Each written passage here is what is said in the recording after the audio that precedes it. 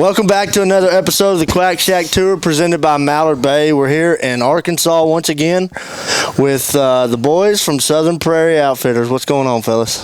Not much, man. Just trying to shoot a duck down here in Arkansas. Yeah, that's a hell of a thing. It's a thing to do right now, and it's kind of hard, but tell you what, we're trying to do it lately. Yeah, we're trying. What's up, Milton? This is Milton. Milton don't want to be on camera here. We've got the one and only Milton. We got to hunt with him the past couple days. It's been fun. That is the man right there. That's the OG goat. I've been trying to listen. You know, we talk a lot, but I try to listen when Milton talks. Try to learn something. You know, let some of the wisdom run off on us. He's not a man of many words. No. So when he talks, you hush. Yeah, the podcast will be interesting. Yeah, we're gonna get him to talk. Don't worry. Yeah, we'll get him to talk. Let's dive into it, fellas. So, where did this whole thing begin?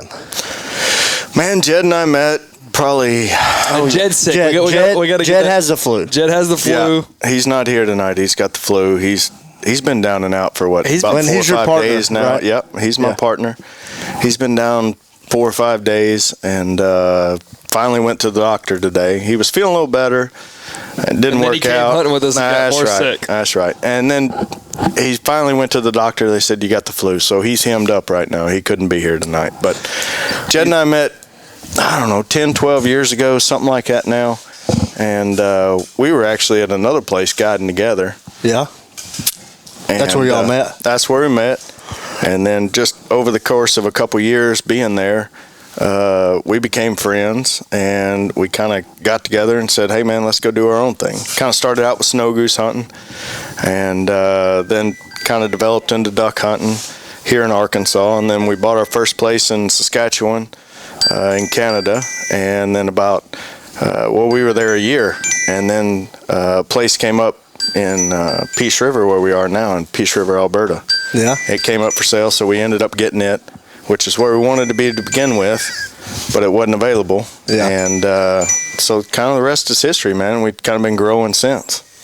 So it's been a 10-year process for Jed and I. So 10 years. 10 years going. 10 years rolling now. Yeah. So let's dive. You said come to Arkansas first, right? Sure. Okay, and you're from... I'm from Arkansas. I'm from Hot Springs, Arkansas. Yeah, that's right, but you live in... I live in Mississippi. I got that confused. That's right. Yeah, and Jed... Jed's from Tennessee. He's from Chapel Hill, Tennessee. Okay. Yeah.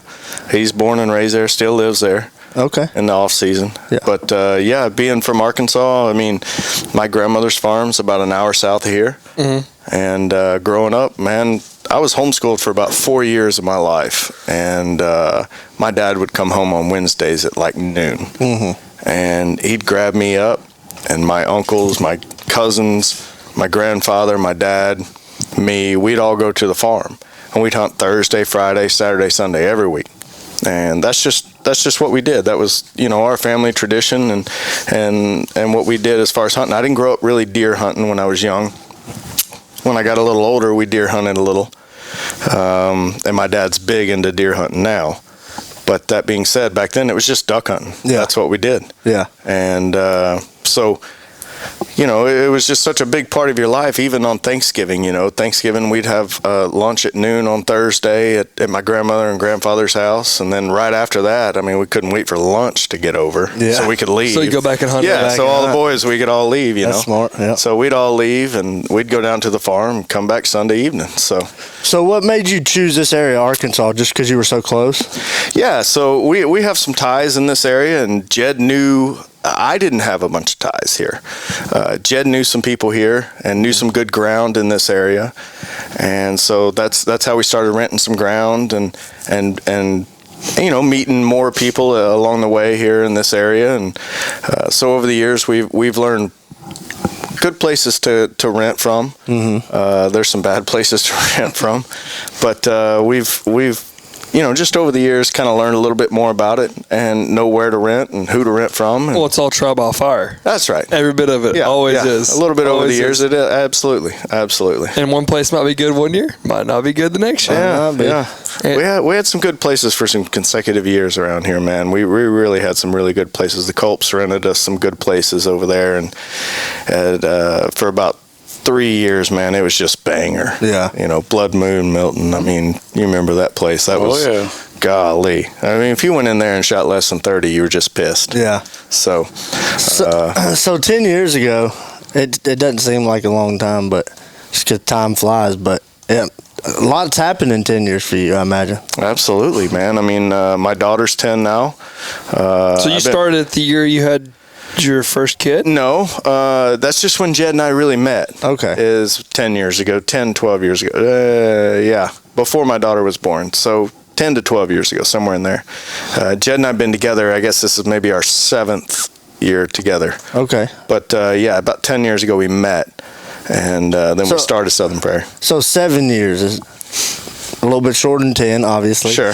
And a lot's probably happened for the business side of Southern Prairie, and, you know, obviously growing, learning how to be more efficient in the woods and, you know, find birds and get customers on birds. So year one, was it, obviously you're still trying to figure stuff out. You've guided for other people, and you know how to find birds, get on birds, and hopefully they're still there and you can kill the birds. Yeah. So year one of the business side of it, what'd that look like? Getting everything going Compared to from, when you from were- the ground up. Compared to when you were just guiding for somebody Yeah. else. Well, the first year we rented some good ground, and we just ran day hunts. That's what we did. We had no lodging, no meals, nothing like we have now. And the first year we just ran day hunts, and we did a little advertising, and we had that floating blind. Remember that, Milton? Oh, yeah. So, I'm sorry, I'm not interrupting you here. So Milton's been here since day one then. Absolutely. Oh. Jed and Milton. Okay. I knew Jed and Milton have known each other before I even knew Jed. Oh, wow. Oh, yeah. They go back a long time. We'll They get met, where, in Canada? No, just in Missouri. Snow goose hunting in Missouri. Oh, okay. wow. We'll get into Yeah, yeah. we're going to definitely dive into that. We're gonna get Milton talking here in a minute. Yeah. So I only met Milton through Jed. And, Okay. Yeah. Yeah. Shout out Jed You were for blessed. bringing on Milton. Bring on Yeah. Milton, the goat. No, absolutely. He is the GOAT. The Capital goat. T. Yeah, Yeah. for sure. This podcast has been brought to you by Mallard Bay. If you're in the market for a hunting trip or a fishing trip, I highly suggest you checking out Mallard Bay. Mallard Bay is an Airbnb-style platform where you can go online to mallardbay.com, book a hunt or a fishing trip based on the species, the animal, or the location. Very simple, very easy platform to use. And so if you're in the market to go hunt some birds in Arkansas or catch some trout or Literally fish, anything in the entire United States. yeah, They have it all online. super simple. Just go to mallardbay.com, check them out, book you a hunt. Super fun. It's a great time. Super easy website. Easiest so go way to check book. them out. Also, if you're an outfitter, check out Guide Tech. Guide Tech is an absolute great product to use for the outfitter.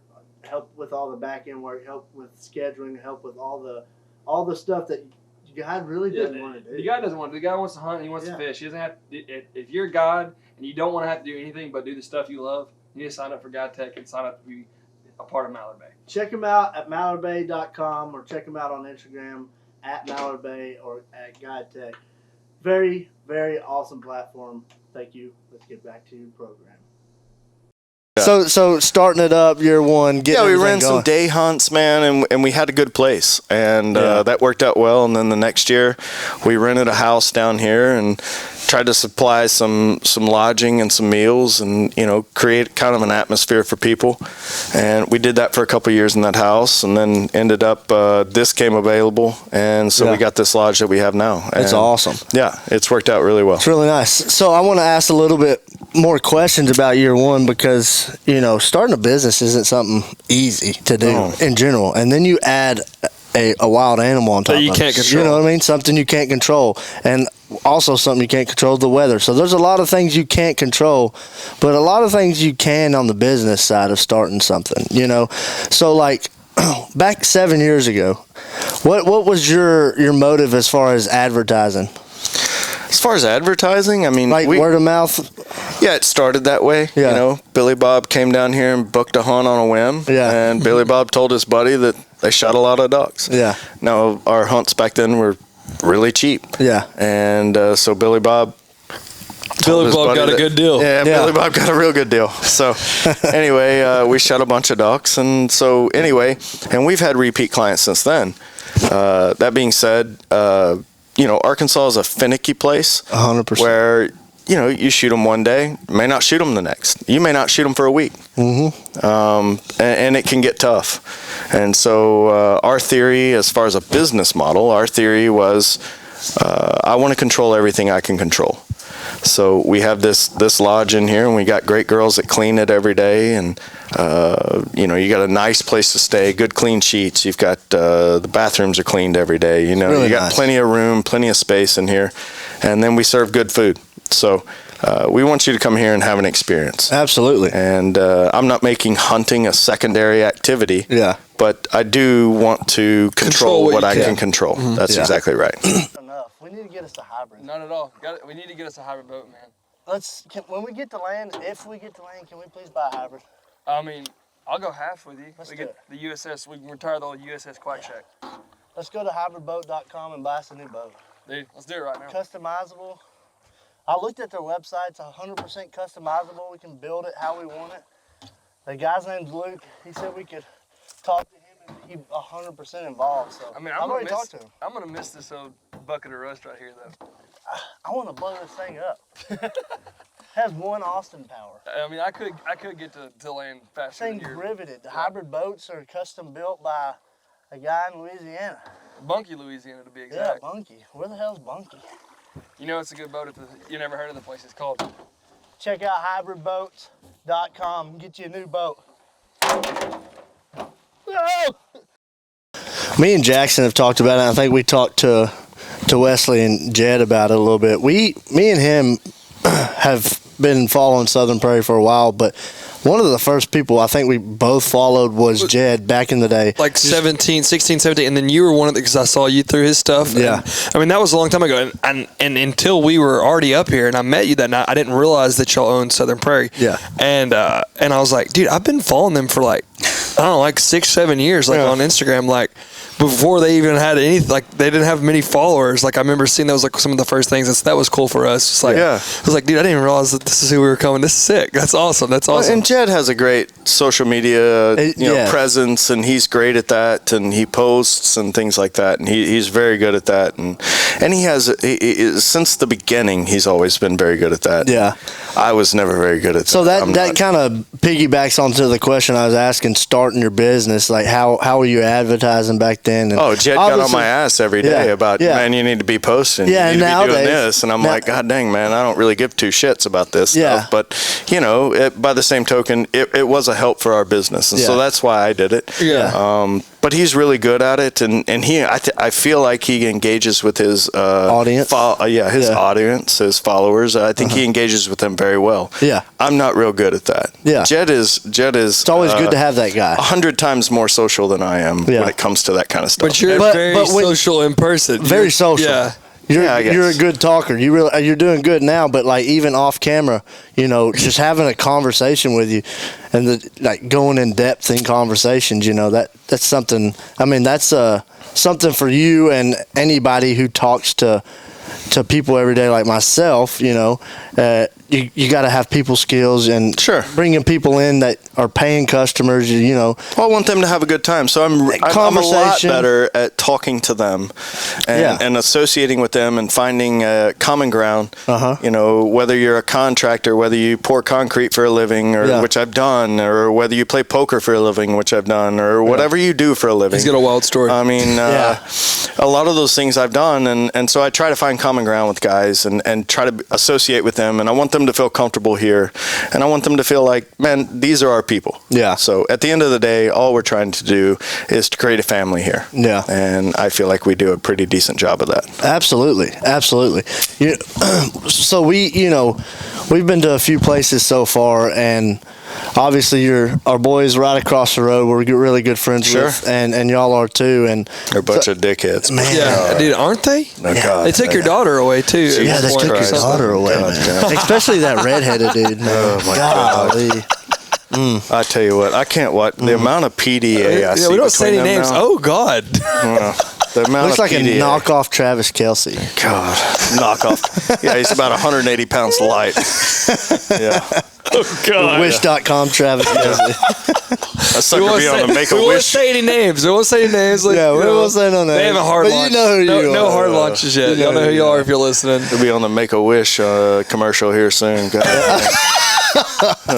So, a little bit about the lodge, you know, as far as transitioning into what you've got now, because like I said, if you've maybe follow them on Instagram or you see the hunt video we got coming out, 2 weeks after this comes out, it's crazy. It's nice. You can definitely tell you spent some time with it. And you're chefing. Yeah, and the dude can cook. He can cook. But on the lodge side, Well, you know, if we had Chef Paul in here, you'd be amazed. yeah, We do have Chef Paul. Chef Yeah, Paul. well, Paul Haley, Chef Paul, he's incredible, man. I wish he was back, but he took a job in Austin this year, and so he didn't come back this year. He's been here for the last Hey, few years. If you know the And guy I or don't- you're watching this, And I don't blame him. I Come mean, back. you know, you get a job opportunity somewhere, no big deal. Yeah. So all love for Chef Paul. He was So- great, man. what I was getting at, you kind of mentioned it today with, you know, you can't control the birds, obviously. We all Sure. know that. But one thing you can control is the atmosphere when everybody's back at the lodge. And you brought that up. And it's something that I believe all outfitters, whether it's a fishing outfitter or whatnot, you know, is when you get back, you want your clients to have, you know, obviously rest or have a good time or whatever they're doing. And you brought that up. And that's something, you know, just from us being here the past couple days that I feel like personally you really take pride in. You know? Oh, I do. I feel like if you're going to be successful down here, the best way I know, I put it this way, the best way I know to explain it, if you want to go killing, you can come with us in Canada and you can come kill. Yeah. If you want to go hunting, you come to Arkansas. Yeah. And we'll hunt. And we do. And we hunt hard. Yeah. But I try to control what I can control down here. And I can control the kind of food you eat. I can control the atmosphere you have here. I can control the fact that you have great place to sleep. Not being said that we don't eat good in Canada either. Yeah. It's much easier to serve a man hamburgers and spaghetti Yeah. when he shot 150 birds that day. Yeah. A man shoots 10 birds down here, it's harder to feed him spaghetti. Yeah. I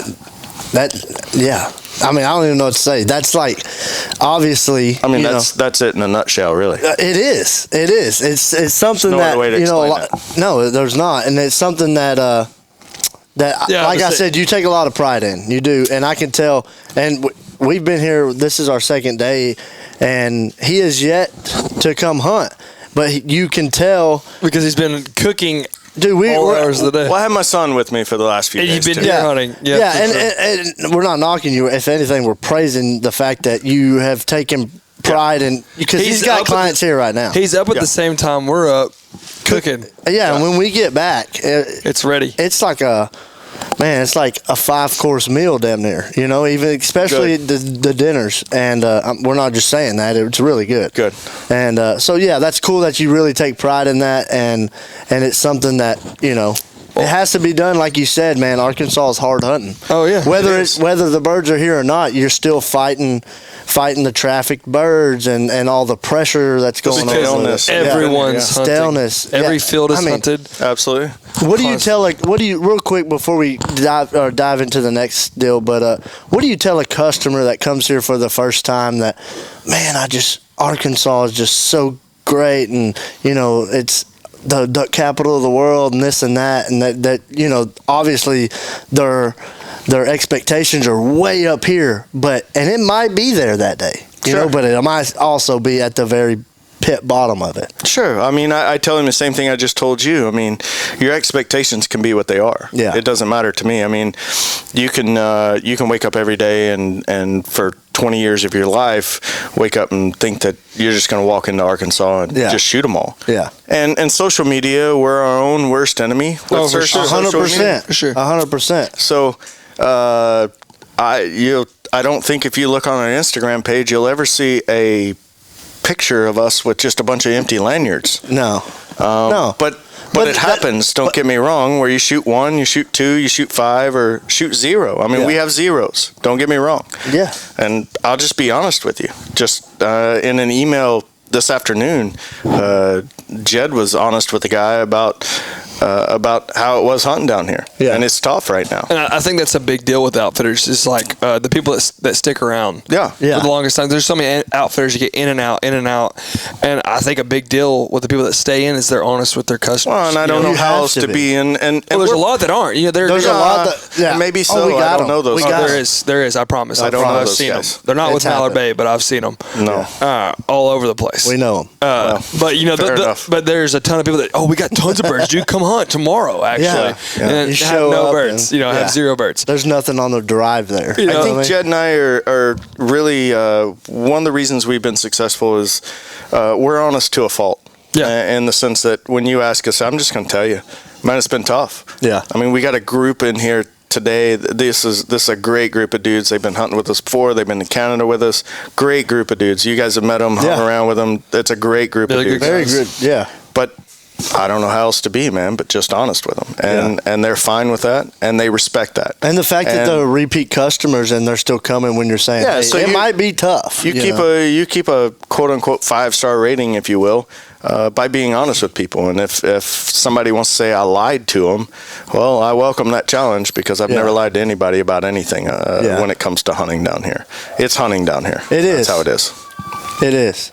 And we have great days. We really do. Oh yeah. But we have some really tough days as well. And, We get some and cool a lot spots. of it's weather based. Yeah. Oh, 100%. We're going to take a 5. What's going on, y'all?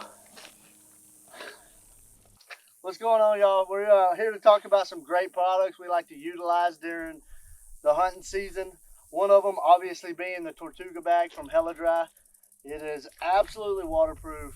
It is great for any type of circumstances you're hunting. It keeps all your stuff dry. It's got plenty of pockets. Got one here, deep pocket, and then it's got 2 pockets on the inside. Obviously, you got a pocket on the side for, in this case, holding your Pringles, and a koozie.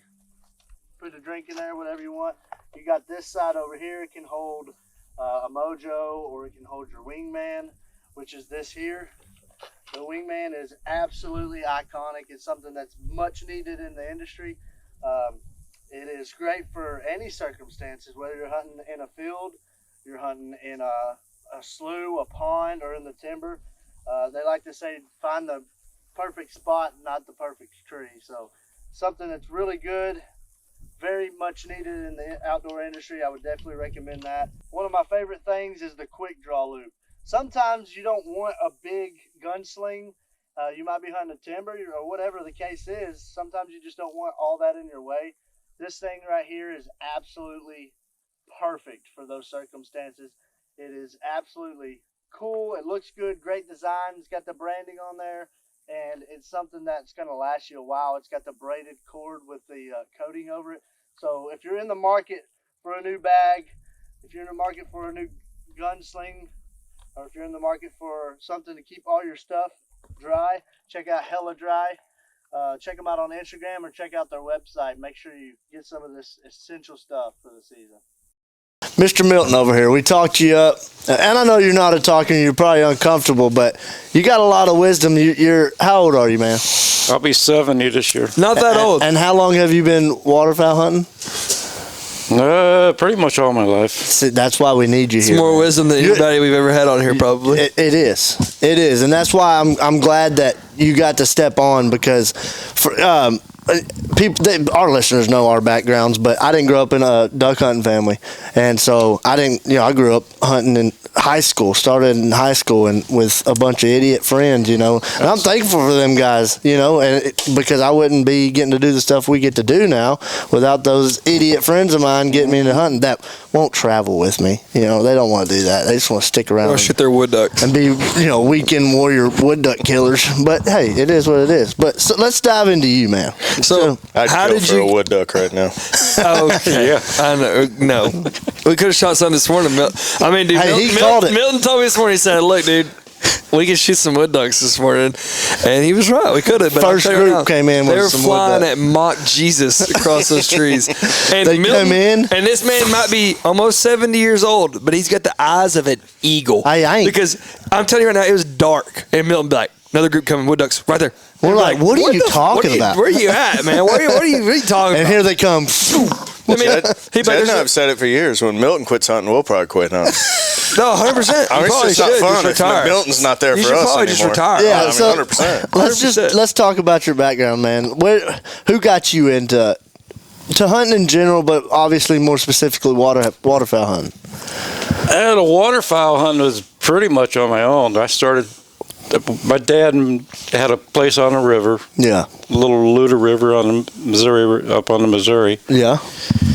And I still, like you said, I went out duck mostly shooting wood ducks. Yeah. On up and down the river. I'd take the boat out, paddle on the curve, get off on the curve, jump up. Yep, there's a wood duck. Yeah, boom. Get back in the boat, go and duck curve. Jump in them creeks. Yep. And it's pretty cool. This is pretty neat. I like this a lot. Yeah. So I just got into waterfowl hunting, and then I was a big time deer hunter. I mean, but I just enjoyed it. That's awesome. You just kind of fell in love with it. How old were you think your first time you were going? Probably 13. Okay. Yeah. So you got not too far from me. 57 years of hunting. Yeah, that's crazy. That's incredible. So I guess, but I want to know about how you started with Jed, or how you knew Jed first, right? Me and Jed, yeah. But what got you to the point that you're at where you met Jed? Me and Jed got hooked up snow goose hunting in Missouri. I got involved with several people up there. We hunted snow goose every spring. And I enjoy that because I get to shoot a bunch of them. Yeah, no, 100%. Yeah. That's all. Milton wants to go goose hunting in a bad way. In a bad way. He is fiending for a goose. Dude, both these guys right here have been talking about, dude, I just want to go goose hunting. Just want to go goose hunting. There's an article you about. No, that's about Jed. But he was talking today about. I thought, dude, I just want to go goose hunting. He today, I'll get on the goose field. I love hunting geese. And I'm like, let's just go goose hunting. Yeah. Hey, we ain't got to shoot a damn duck. Okay, so back to your snows. Yeah, and I mean, I know it got in the place called a mud hole there in middle of Missouri, and every year we all showed up together and we'd rent a house or stay at a lodge somewhere and on the snow geese for 2 weeks. Hunting permanent spreads, weren't you? Yeah, permanent spreads, but mostly permanent spreads. Yeah. So and so you did that for, I'm sure, because you're a couple years older than Jed back there, asleep in the bed. You're up still rolling. I'll tell you right now, Poor this man Jed. right here will hang out and He did. That's how much will work you under the table. Yeah. At 70 years old, I admire. Dude, when everybody else is napping, Milton's out here working on wood something, fixing decoys, messing with motors. Yeah, Wesley was like, so we were talking about something. He said, Milton will disappear tomorrow for about 2 hours and do Milton's something. got no quit in him. No, always rolling. A lot Always of rolling. bastards out there got some quit in him. Milton's got none. None. Zero. Zero. He doesn't like taking the praise over here. Look at him. Look at him like, blushing man, over there. he's like, man, come on. But so you did that for years and years and years before you met Jed, I'm sure, because you're a little older than Jed. Not much. So did he just kind of start coming to hunt in the same area? Yeah. Okay. And we all met up in Missouri there. And then that's what Amanda, he told me, well, come on down to Arkansas. We'll just snow goose hunt down there and run some clients. All right. What the hell? If I get to hunt, I'm all in. I'm in, man. I'm in. And so is that about the time you met him, or was he already doing snow goose hunts? He was with Jed for many years before I met.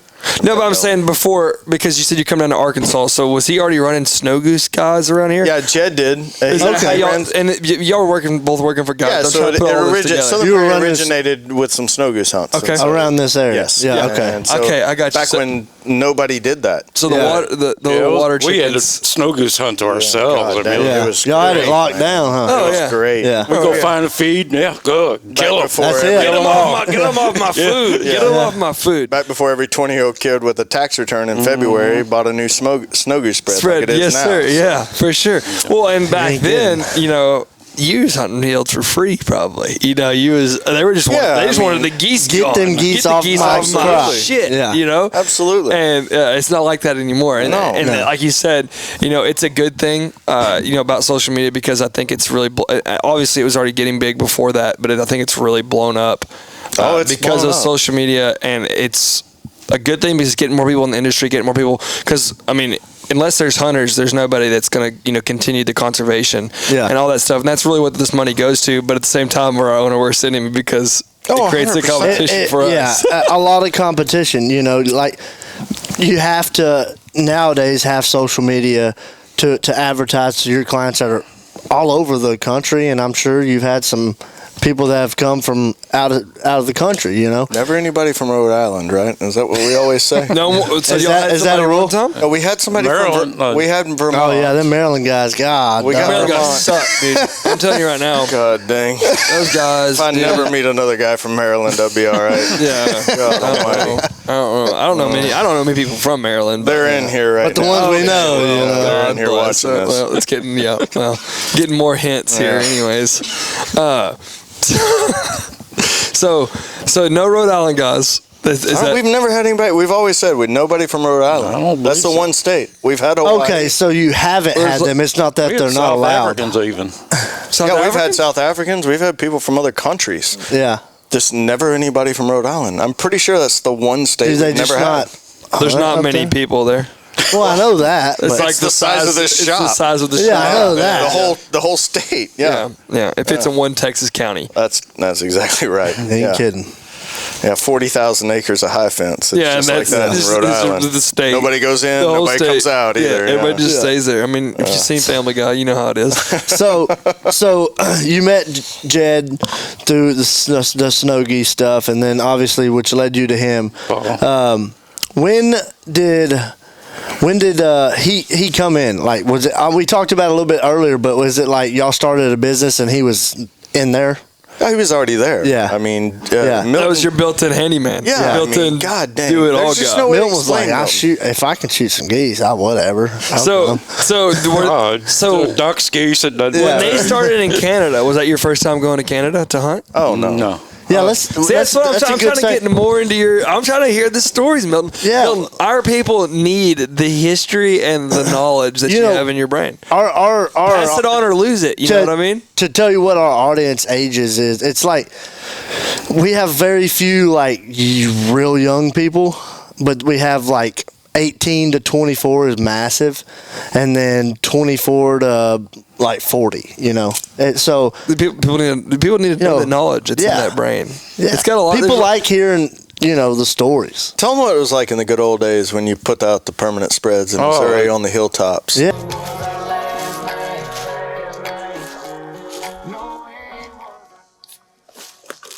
Something we all can agree on is we love music. Doesn't matter what kind of music, but we all like to listen to it. Turtle Box is the most reliable, most durable, most waterproof speaker on the market today. They are amazing speakers. You can take them anywhere you want. You can take them to the beach. You can take them hunting. You can take them to your buddy's house. You can chill outside like we are and listen to Turtle Boxes. You can link two of them together like we did.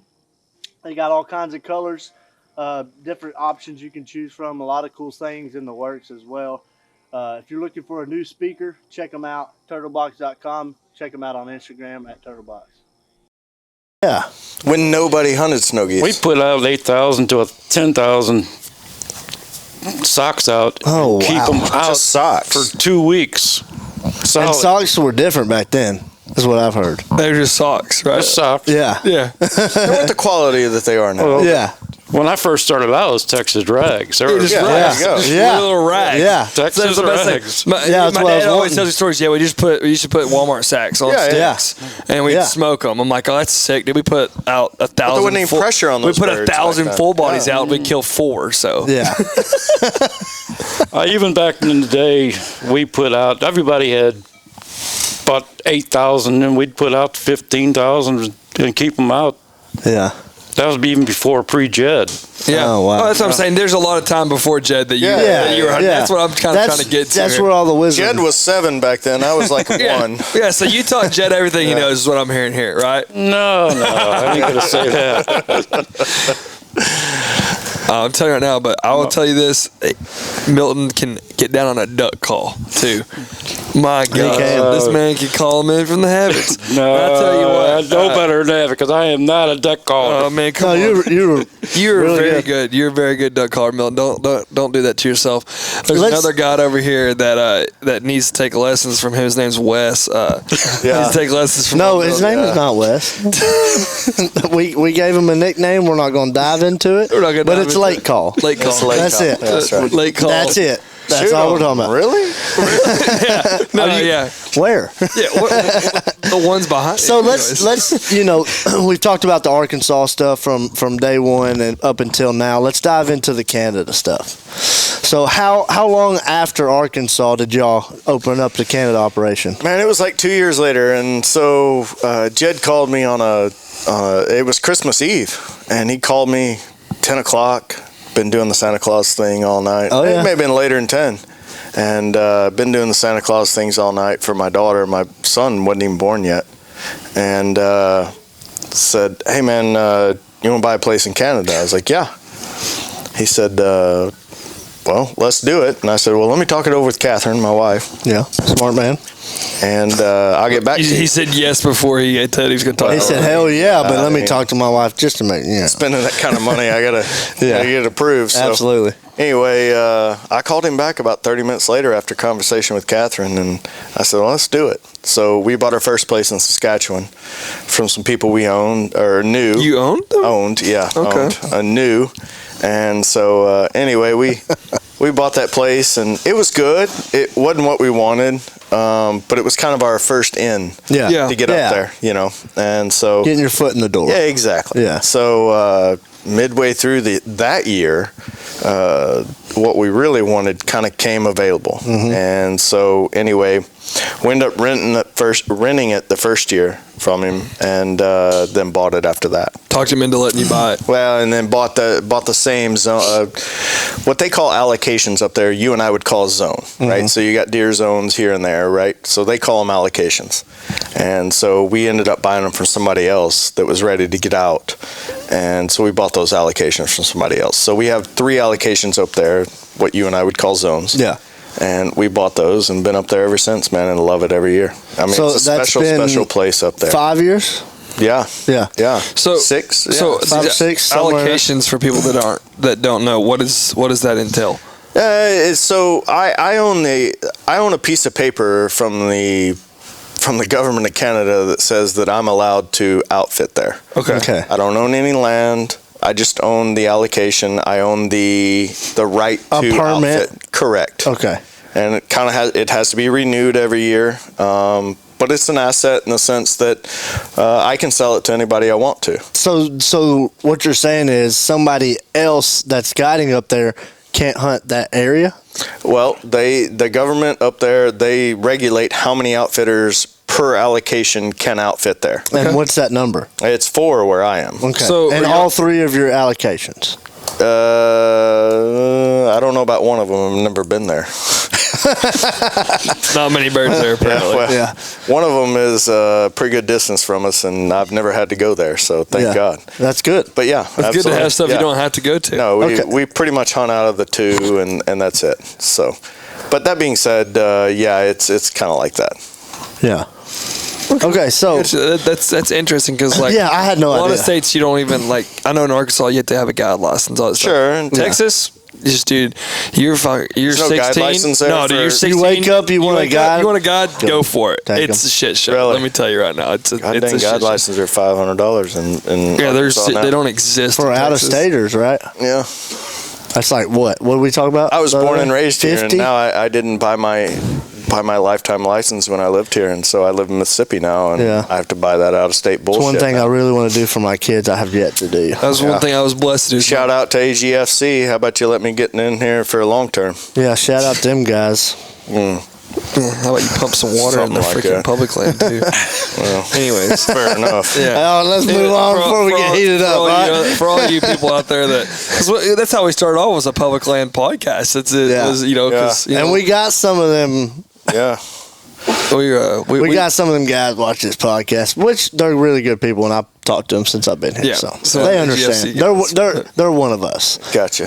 they think along the same lines. It's a higher bureaucracy that really. It is a bureaucracy. There's no doubt. It's not the guys that you see that are making these decisions. You know, Yeah. so don't take it out on them. All right, let's cut that segment before we get here. Shout out Sarah Huckabee. Please do something. Yeah. No. You and David, your brother, we're good friends. Sarah, do something about it. Yeah, that's right. So back on the Canada, Saskatchewan. That's where y'all moved up there from, 5-6 years ago, like we said. What are you targeting up there your first year? What's your main goal? Saskatchewan? Yeah. Oh, I mean, we want to shoot ducks and darks. Okay. I mean, I want to shoot dark geese and I want to shoot ducks. Mm-hmm. That being said, we can shoot crane. We could shoot cranes over there. We already know you don't like crane cranes. We've had this conversation. Hell, if I'm gonna go crane hunting, I'm going with Hunter, my good buddy Hunter Pickett. I mean, shout out to him. He's a good dude, and he kills the shit out of those cranes. Dude, some people that's all they like to do is crane hunt. And he's good at it. Yeah. And I don't know how. Like, he knows something I don't. Yeah. Because those cranes would give me fits up there. Dude. Yeah. Like, Jed and I hated them. We were And talking. they sit in the goddamn field all day, and I They don't just sit understand that. I want to shoot them in the afternoon, and they're just still there. No, there's no afternoon hunt cranes unless you're hunting. I mean, unless God you're low dang. fun. But But there's one thing about cranes before he's probably got a good question, but one thing that pisses me off about cranes is they'll sound like they're sitting in your spread and you look up and they're 10 miles away. Like, they're in the next. I could have swore you were just sitting right in front of me. You're like, you know? Yeah, they're doing circles. Yeah. No. Yeah, and they migrate in circles. I don't understand that, like pelicans. So they do. They call it vortexing, and they vortex out. That's how I they don't get give a out. shit what you call it. That's the dumbest shit in the world. It's the most inefficient way to migrate, Dude, and they're big anything as I've ever shit. seen. They're like my size out there flying. Yeah, absolutely. You know So what I your mean? size. I- A guy like you. Yeah. I know you don't like cranes. 5'7", 40 pounds. What do you? 200 pounds. Are you- I love them. Okay, so correct me if I'm wrong. This is what I was told. I hadn't been on a ton of crane hunts, but I do kind of like them. I would rather go crane hunting than set up 120 fucking Dozen. 120 dozen like big goose bread. You know what I mean? That's just what me personally. But this guy told I us. think you're nuts. This guy told me that they migrate from Siberia. Yeah, a lot of them do. Okay, and he told me, and he also told me that they can fly 300 miles asleep. Yeah, asleep. Yeah, I've heard that. Have you ever heard of that? I read it too. So when they're the longest migrating birds. Asleep. Dude, they. How's a bird fly asleep? That's what I'm trying to Dude, figure out. have you not seen these How do you things? prove that? Yeah. Yeah. That the some bitch is asleep. They videoed it, So dude. that's Got their exactly what I eyes told him. closed. I said, so you're telling me these things can fly 300 miles asleep? How do they track that? I'm gonna have to call bullshit on They it. got a GoPro strapped to their back or what? I called bullshit on it. Yeah, we And both then did. Over the last week, we were there. Now 2 you weeks believe ago with it? This guy. No, let me tell you. So when somebody tells me something, I don't take it at face value. I'll say, "Oh, that's sick, dude," and then I'll go freaking research. will spend and 2 hours and reading shit about it. And then when I figure out their bullshit, I'm like, "Hey, dude, you're bullshit. You're wrong. You're fucking full of shit." And if I find they're right, I'm like, I don't tell them they're right. I just whatever. And then, but so I went. So back, what'd you come up with? Are they bullshitting? No, they're for real. They're for real. They fly asleep. They fly asleep. So When he dives into something, I'm not kidding you. I know a lot of shit about stupid. He checks his facts. Yeah, look, kind of bullshit on this. Dude, Unless we're following each other, and I hear that one going that way, I just follow it into sleep. dude. That's what I'm saying. So what they do is, they migrate the furthest out of any migratory bird we have here in North America. A lot of them, a coot? yeah, a lot of them come all the way from Russia, from Siberia, and so they'll go from there all the way to the coast in Texas, like 90% of them, they'll fly. It's like I don't know about the 300 miles thing, but a lot of it. They said a lot of their journey, because what they'll do, they'll fly quick. Like there's some that come from straight Siberia to Texas. Like they don't stop. Okay. They will fly straight. 3,500 miles. And so what they do is they basically Asleep, though. So you know how we talked about the vortexing. So they vortex to such a height that what they do is they get up there, they catch a north wind, and they will just glide for hours and hours and hours and hours and hours, and they wake up. Apparently, three of the hours. Not many things in duck hunting that are more important than your lanyard. On your lanyard, you got duck calls, finishers. I mean, anything that you could possibly need, you can put on your lanyard, and there's not a better name in the game than VPC lanyards. They can get you pretty much anything you need made out of paracord, whether it be your lanyard, your gun strap, or your belt. There's nothing else. They can do anything out of paracord. Reach out to Wes at VPC Lanyards. Let him know we sent you and check it out. So back to what we were talking about. So we had. It's just crazy how much it's not. I guess it makes it easier for everyone, so it doesn't really help that much. But if you'd had Onyx back in the day, that would have been a game changer, or something along those lines. Quicker, yeah. Yeah. Instead of having to go knock on everybody's doors to figure it out. You wouldn't have to have two people in each vehicle too, because it takes two people. I'm here. We went 7 miles. A navigator. Every time you turned, you had to reset your mileage. Yeah. Figure out how many miles it was, and that's why. And what road you're on. Yeah. And you had to go by the sections, by how much a section was, all that quarter mile. Yeah, for sure. That's awesome. And so, I guess back to your thing, the whole thing about SAS. Why does SAS not have why do they not have anything like that? Why is it all still? I don't know. I was kind of told that old country. I was kind of told that their government doesn't want to do it. Yeah. I don't know exactly what that entails. Yeah. Don't want to really speculate, but I'm just saying I was told their government doesn't want to allow that to go into an app. Kind of, is that right, Milton? That's what I heard. They want to keep it. That's kind of what we were told. Keep it original, or I guess I don't know. Just old world. I don't know. Yeah, they just didn't need to come up with newer times. Their roads over there suck anyway. So. Oh, do they? Yeah, it's nice to be in Alberta. Alberta's a different part of the world. Alberta's beautiful. And Alberta's crazy, dude. We're gonna have to book with It's flat and beautiful where you are hunting with birds, and then you can also get to the mountains. Oh, yeah. And it's also, everybody has always said Alberta's the Texas of Canada. Is that really? That's what I've heard that a lot. Really? There's a lot of cowboys in Alberta. There's a lot of cattle operations. A lot of cattle. And I've always heard Alberta's the Texas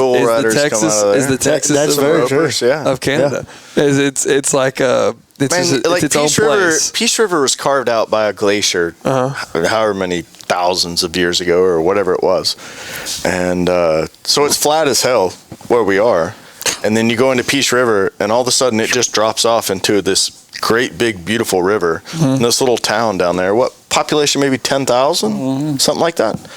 And that's a big town for Canada. Yeah, I would say in that part of the world, that's pretty good sized town outside of Edmonton and Calgary and stuff like that, big cities. But yeah, it's a beautiful town. It's a great place. Those people up there are just like we are down here. They have the kind of same worldviews that we do. And I mean, I hate to say it, but about half of them, if it was up to them, they would secede from Canada and become the 51st state of the United States. Yeah, no, that's right. And we live right outside of Peace River. We live in Nampa. Okay. Which is just like 15 minutes of southeast of Peace River. Okay. Where the hell is Nampa? So can you get a flight into Peace River? Like, can you get a flight? You can if you.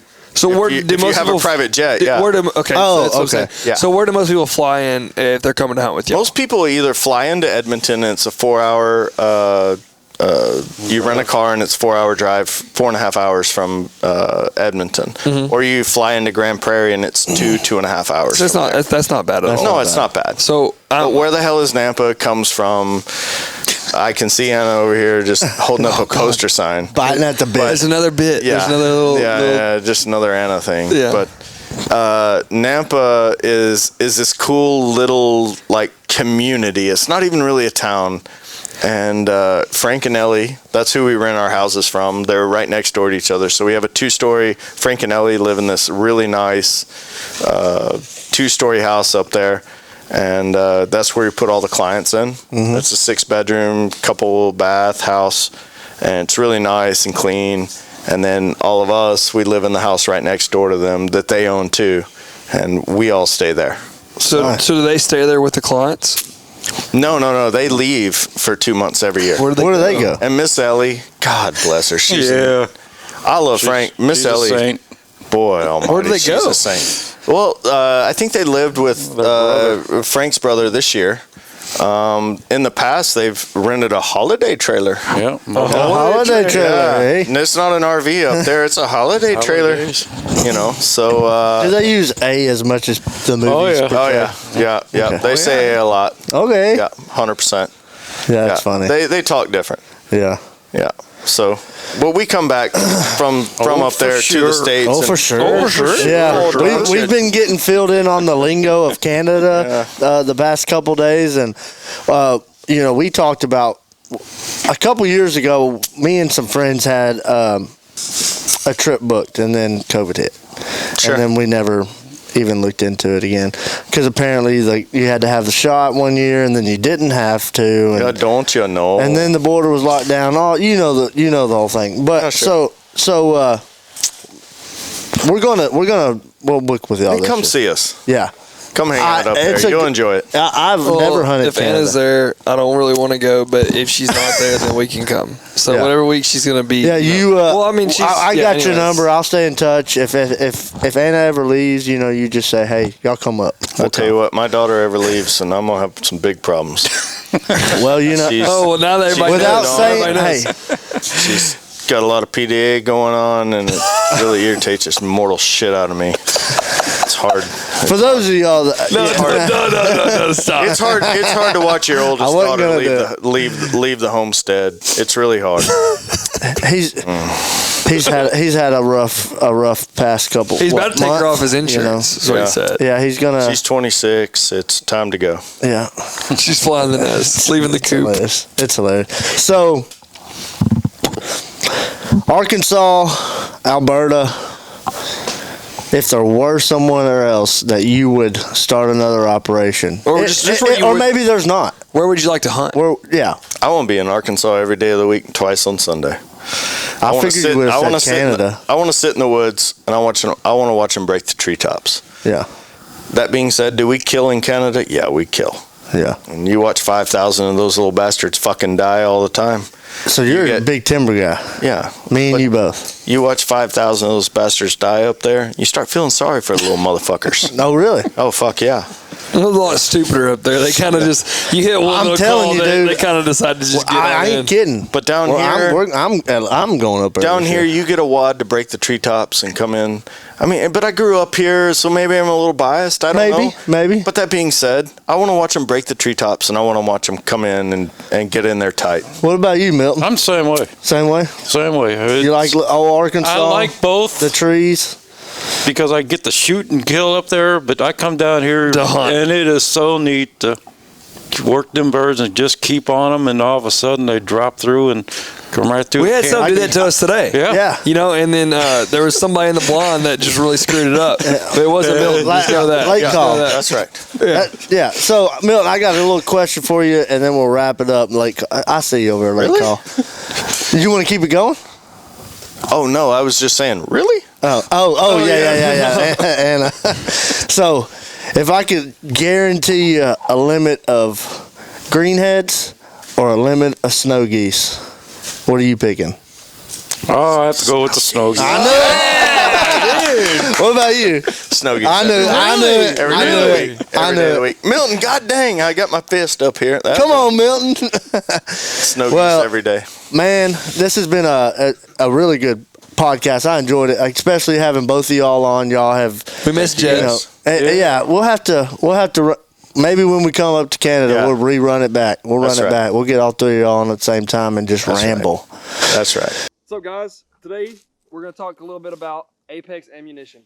I mean, dude, I saw it for the first time in action today, and I'm telling you right now, there's not a better ammunition in the game. This thing was clapping ducks and geese at 100 yards. And that's no exaggeration. This dude clapped one, I swear to God. It was halfway across the lake. Clapped it and folded it all the way down. And then shot one about 10 yards away, and at the end of the video, you'll see some evidence of what happened when you shoot them really close. So you just got to be a little careful with that. It's getting nasty, son. But we were on the X, and that's kind of part of it. But, man, there's not a better shot in the game than this Apex ammunition, the TSS. All of it. All of it. I mean, honestly, the regular shots is amazing as well. You really can't go wrong with anything that Apex Ammunition is selling. So just check them out. Loads and I mean, dude, everything. Turkey loads, goose, crane, anything you need it for. No cripples, nothing like that. So if you need anything, just check out Apex Ammunition on Instagram or check them out at their website at apexammunition.com. So Mallard Bay, how long have you been associated with them guys over there? Couple months. Yeah. So it's pretty new thing. 4 months, 6 months, something like that. Yeah. Yeah. And have you enjoyed it? No, shout out to Anna. She's got we got a whiteboard for the people behind the camera, Max in particular, but Anna's got it tonight. She's writing we've had some crazier stuff on that whiteboard. Yeah, it's been awful. So no, they've been good to us. Yeah. Okay. Yeah, they have. They've been really helpful. As far as the ease of being able to book a hunt, yeah, goes into a calendar. They've been great to us. They're super helpful. You have a problem, you need something, and really not even a problem, just you need something. Yeah. You call somebody, there's somebody specific to that problem that you call, and you have an account manager, and those guys help you, and they're always willing to help. They've been great to us. So the times that we, during this tour, I pay a lot of attention. Jackson's definitely the talker outside of the podcast, and so right? No. You would never believe that. So I listen a lot, and I try to just pay a lot of attention, and I just like to enjoy conversation. So I notice people, what might work for them a lot more with Mallard Bay, or what they enjoy hunting wise or whatnot, but I can't figure it out with you. So a lot of the times, like our friends over here and a couple other people, I can tell that they want to hunt. They want to hunt. They don't want to do the back end stuff. They could care less to do the business side, back end stuff or whatnot. They just want to go out there and hunt. With you, I can't figure it out.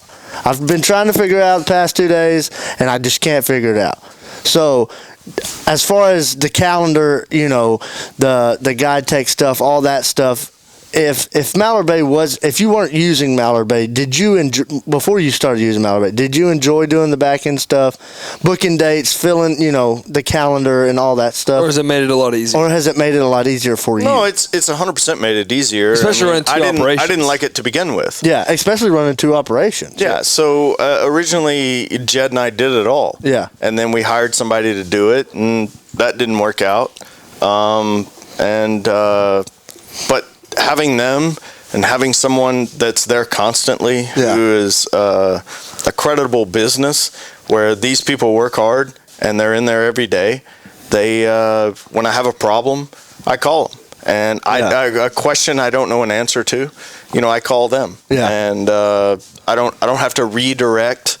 I don't have to I don't answer phone calls anymore, which is great for me, because you get to spend time with your clients or your family. And it's not that I don't want to answer phone calls or talk to people, but and you would if you had to, I'm sure. Yeah, absolutely. But just like those people, when they're here, they don't want you answering phone calls for the future 100%. people. You got a lot of things going on. Look, man, I play golf 4 days a week: Wednesday, Friday, Saturday, Sunday at 1 o'clock. Yeah. All right. So you call me on a 3 o'clock on Sunday afternoon, I'm not answering the phone. I'm sorry. Yeah. But do I have somebody now that will? Absolutely. Yeah. So Guide Tech has been clutch for you. It's been great. Yeah. It's been really good. It's been a great experience for me so far. Yeah. And I hope to keep that relationship alive. Absolutely. Absolutely. That's awesome. Man, it's been great hanging out with y'all and listening to y'all, and you have a crazy story, We didn't even get into all the gambling and maybe in Canada when we meet up with Jed. We can do that. Or Jed, and then I'm glad we got you on the podcast. I know you probably didn't care to do it, but I really appreciate you doing it and sharing some wisdom with us. And it was good talking to y'all. Beautiful lodge. If you're looking to book a hunt with these guys, check out Mallard Bay. Check out their Instagram. What's your Instagram? Southern Prairie Outfitters. There you go. Yeah. Facebook? Southern Prairie Outfitters. Okay. Easy enough. Go check them out. Thank you for tuning in to another episode of the Quack Shack Tour presented by Mallard Bay here at the beautiful Southern Prairies in Arkansas. We'll see you next time. Peace. Amen.